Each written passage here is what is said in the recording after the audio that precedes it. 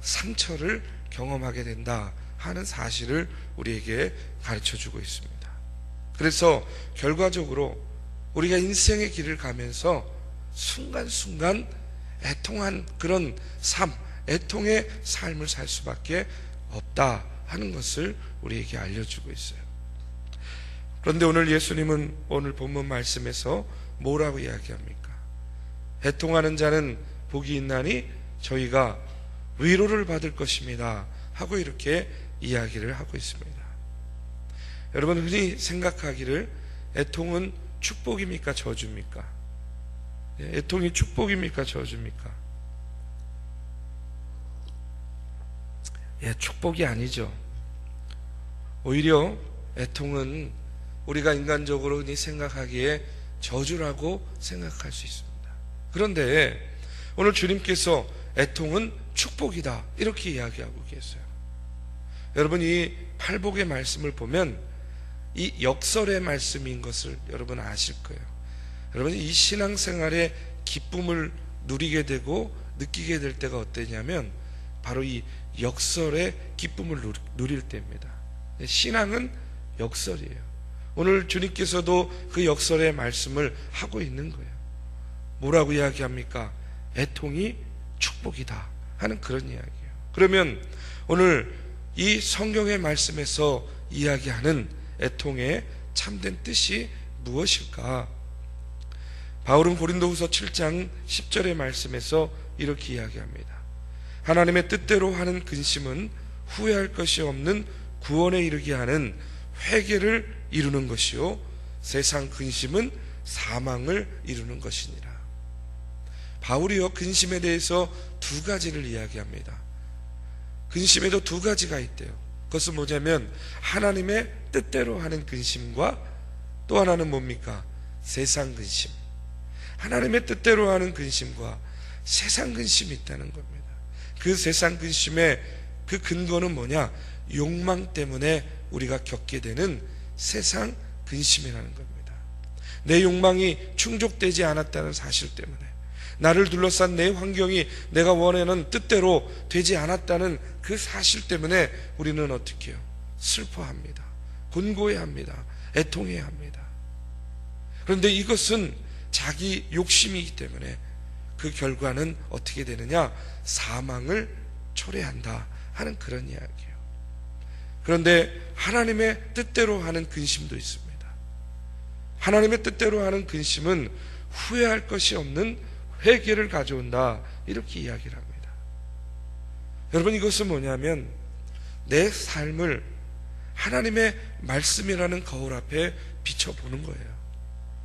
그렇게 하나님의 그 말씀이라는 거울에 비춰서 내 자신을 바라보니까 뭐가 보이는 거예요? 하나님의 뜻대로 살지 못하는 내가 보이는 거예요. 그런 내 모습을 보면서 내가 이렇게밖에 살지 못하는가? 내가 이렇게밖에 행동하지 못하는가? 내 마음은 원인데 내 삶의 내용은 왜 이거밖에 되지 못하는가? 왜 나는 이렇게 연약하고 왜 나는 이렇게 부족할까? 그런 그 하나님 앞에 드러난 내 모습을 바라보면서 우리가 어떻게 하는 거예요? 슬퍼하는 겁니다. 애통하는 겁니다. 바로 이것이 오늘 예수님이 말씀하시는 참된 애통의 의미인 거예요. 절대자 앞에 섰을 때 그 완전하신 하나님의 눈앞에 비친 형편없는 내 모습을 보면서 내가 울 수밖에 없어요. 탄식할 수밖에 없어요. 애통할 수밖에 없어요.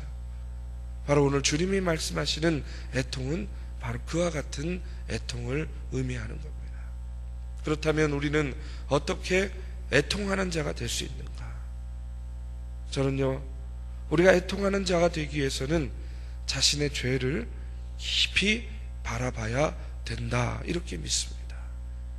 내 죄를 깊이 바라보고 그것을 인정할 때에 우리가 진정 애통하는 자가 될 수 있다라는 거예요. 그냥 피상적으로 자기 죄를 인정하는 그런 정도가 아니에요. 이 정도 죄 안 짓고 사는 사람이 어디 있어요? 이 정도 죄 안 짓고 사는 사람 있으면 어디 나와보세요 하는 그런 태도가 아니에요. 여러분, 사단이요, 특별히 예수 믿는 사람들을 죄짓게 만들 때에 예수 믿는 사람들을 유혹하는 그런 4가지 방법이 있다고 합니다. 그 4가지 방법 중에 첫 번째가 뭐냐면 다윗 이미지를 가지고 나오는 거예요. 무슨 말이냐면 이런 거예요. 야, 다윗 왕을 봐봐. 그렇게 범죄했지만 회개한 다음에 더 훌륭한 왕이 되지 않았어? 그저 죄 많이 짓다가 어느 때가 돼서 회개하면 너도 다윗과 같이 쓰임받을 수 있어. 이렇게 다윗의 이미지를 가지고 우리를 유혹하는 거예요. 두 번째는 모세의 이미지로 유혹을 합니다. 모세는 위대한 하나님의 사람이었지만 그에게도 혈기가 있었잖아. 모세를 봐. 그는 사람을 쳐 죽이기도 했고 돌비석을 깨트리기도 했고 사람들 앞에서 반석을 땅땅 내리치면서 혈기를 부리기도 했잖아. 그래도 하나님께서 그를 위대하게 세워주시고 이스라엘의 리더가 되게 해주셨잖아. 네가 좀 혈기가 있기로서니, 네가 좀 혈기를 부려도 너도 모세처럼 하나님한테 쓰임 받을 수 있어. 걱정하지 마. 계속 혈기 부려도 돼.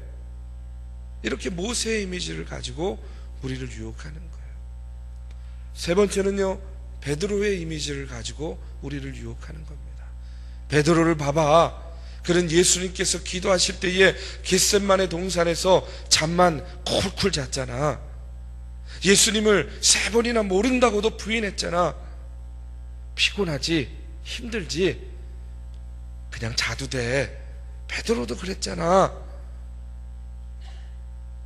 여러분, 이렇게 베드로의 이미지를 가지고 우리의 의지를 자꾸 꺾는 거예요.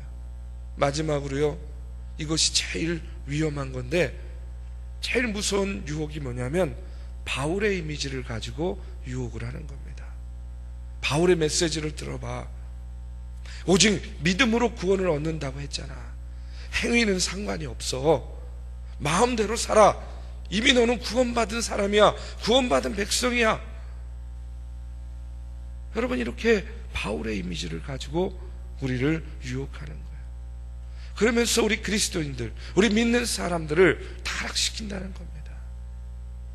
여러분, 그런데 이런 마음을 가지고는 우리가 진정 애통하는 자가 될 수 없다는 거예요. 하나님의 눈으로 바라본 내 삶의 모습, 내 의식과 내 무의식 깊은 곳에 알고 지은 죄, 모르고 지은 죄, 그 죄악의 뿌리를 바라볼 때에 나를 하나님 앞에서 멀리하게 만들고 내 속에 끈끈하게 숨어있는 그 죄악의 뿌리를 보는 순간에 내가 이렇게 살고 있다니 하는 그런 깊은 탄식이 나오게 되는 겁니다. 그럴 때에 내가 주님 앞에 부서지고 낮아지고 무릎 꿇고 엎드리게 되는 거예요. 살아계신 하나님 앞에서 내가 이제까지 똑바로 살지 못했구나 하는 그 안타까운 모습을 보면서 하나님 앞에서 깨어지고 부서지는 그 체험을 통해서 내 마음에, 내 가슴을 쥐어뜯는 그 애통함을 통해서 우리가 하나님 앞에 애통하는 자의 모습으로 바로 서게 된다는 그런 이야기입니다. 사랑하는 우리 믿음의 성도 여러분, 우리가 믿음의 생활을 경주할 때 사단은요, 여러 가지 성경의 위대한 선진들의 이미지를 가지고 우리의 신앙적인 열정, 때로는 지치고 혼한 그 마음의 틈새를 유혹해서 우리를 쓰러지고 넘어지고 우리의 의지를 꺾고 우리를 연약하게 만드는 그런 사단의 유혹이 있습니다. 그 정도면 됐어. 그 정도면 괜찮아. 그 정도도 살지 않는 사람이 어디 있어. 이렇게 우리의 마음을 위로하는 척하면서 오히려 하나님과 더욱더 멀리 떼어놓으려는 그런 사단의 유혹과 미혹 가운데 여러분 빠지지 마시기를 주님의 이름으로 축원합니다. 하나님 앞에, 젖는 자 앞에 내 모습을 비춰보면서 하나님 보시기에 합당하게 살지 못하는 내 자신을 보면서 나는 왜 이렇게밖에 살지 못하는가, 진정 주님 주시는 그 마음으로 회개하며 애통할 때에 하나님께서 애통한 자에게 주시는 그 참된 복을 우리가 누리게 될 줄로 믿습니다. 그렇다고 한다면 애통하는 자에게 주시는 복은 무엇이냐? 오늘 말씀에 보니까 저희가 위로를 받을 것입니다, 이렇게 이야기하고 있어요. 여러분, 이 말씀에서 위로라는 단어가 굉장히 흥미있는 단어입니다. 우리가 성령을 뭐라 그럽니까? 보혜사라 그럽니다. 보혜사, 성령이다. 그런데 이 보혜사라는 말이요, 영어에 보면 컴포터라고 써 있어요. 위로자라는 그런 이야기예요. 보혜사는 위로자라는 이야기입니다. 그런데 이 보혜사라는 말이 헬라어로 보면 누구누구 곁에 나란히라는 그런 뜻의 전치사 파라라는 그런 헬라어하고 부름을 입었다라는 뜻을 가진 크레토스라는 단어가 합쳐져서요, 헬라어로 보면 파라크레토스라는 말이 바로 보혜사라는 그런 말입니다. 다시 말하면 이 보혜사, 위로자라는 말의 본래의 뜻은 어떤 말이 있느냐? 불러서 내 곁에 서 계신다 하는 그런 의미가 있는 거예요. 이것이 위로라는 단어의 본래의 뜻입니다.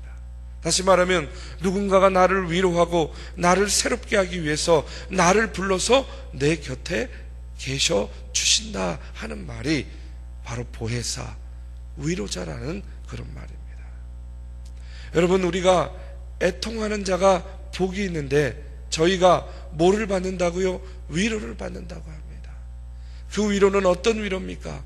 우리 주님께서, 우리 성령께서 세상 가운데에서 애통하고 탄식하는 우리를 불러서 어떻게 해주신다는 거예요? 우리의 곁에 늘 함께 계신다는 거예요. 여러분, 이것이 바로 오늘 우리가 받는 그런 축복이라는 겁니다. 하나님 앞에서 내 부끄러움을 발견하고 말할 수 없는 아픔으로 주님께 엎드리는 그 순간에 하나님께서, 우리 주님께서, 우리 보혜사 성령께서 나를 불러서 아무개야, 그래, 너의 애통함 가운데에 내가 너와 항상 함께 있어. 내가 내 곁에 있어. 내가 너와 동행해 줄 거야 하면서 나와 함께 계셔 주시고 나의 참된 위로자가 되어 주신다. 바로 이것이 바로 애통하는 자가 받는 그런 축복이라는 그런 이야기입니다. 여러분, 뿐만 아니라 나를 바라보는 그 애통이요, 이제는 점점점 성숙하게 되면 어떻게 되느냐? 이웃을 바라보게 되는 거예요. 사회를 바라보는 거예요. 이 나라와 이 민족을 바라보면서 어떻게 하는 겁니까? 이 나라가 왜 이럴까? 이 사회의 도덕과 윤리가 무너졌는데 어쩌면 좋을까? 우리 중앙교회가 어떻게 하면 더 영적으로 바로 설 수 있을까? 내 사랑하는 가족, 내 사랑하는 친지 중에 아직도 믿지 않고 세상 가운데서 방황하며 유리하는 저 백성들을 내가 어떻게 하면 구원할 수 있을까? 하나님 앞에 나를 비춰보며 탄식하던 그 눈이 이제는 세상과 이웃으로 향하여지면서 그들을 향해서 탄식하고 그들을 향해서 애통함이 일어나게 된다는 그런 이야기입니다. 그래서요, 한 청교도는요 이런 고백을 했습니다. 살아있는 신앙인에게는 눈물샘이 마르지 않는다. 살아있는 신앙인은요 눈물샘이 마르지 않는다는 거예요. 나를 보면서 애통하며 눈물을 흘립니다. 이 나라와 이 민족을 보면서, 이 사회를 보면서, 교회를 보면서, 나의 이웃들을 보면서 애통하며 눈물을 흘리게 됩니다. 시편 84편 6절에도 보면 저희는 눈물 골짜기로 통행할 때에 그곳으로 많은 샘의 곳이 되게 한다 하고 이렇게 이야기합니다. 나를 보며 애통의 눈물을 흘리며 세상과 이웃을 보며 애통의 눈물을 흘릴 때에 여러분, 주님께서는 역사하십니다. 주님께서는 치료하여 주십니다. 주님께서는 보혜사 성령으로 우리와 함께하여 주십니다. 그러면서 그 애통하는 마음을 위로하여 주시고 새롭게 해 주실 줄로 믿습니다. 사랑하는 우리 믿음의 성도 여러분, 한 해를 시작하면서 우리요, 참으로 이 시간을 통해서 또 우리의 신앙의 모습을 통해서 거울을 보듯이 전능자 앞에, 하나님 앞에 나를 비추어 보면서 하나님의 뜻대로 살지 못하는 내 죄를 회개하고 애통하는 자가 되시기 바랍니다. 이 나라와 이 민족을 바라보며, 이 사회를 바라보며, 중앙교회를 바라보며, 나의 이웃들을 바라보며 그들을 향해서 애통하는 마음으로 기도하는 자가 되시기를 주님의 이름으로 축원합니다. 그럴 때에 보혜사 성령께서, 위로자 되시는 성령께서 우리와 함께 하심으로 그 애통함 가운데에 참된 위로를 더하여 주실 줄로 믿습니다. 이 시간에 우리 함께 찬양하고 기도하는 그런 시간 갖겠습니다.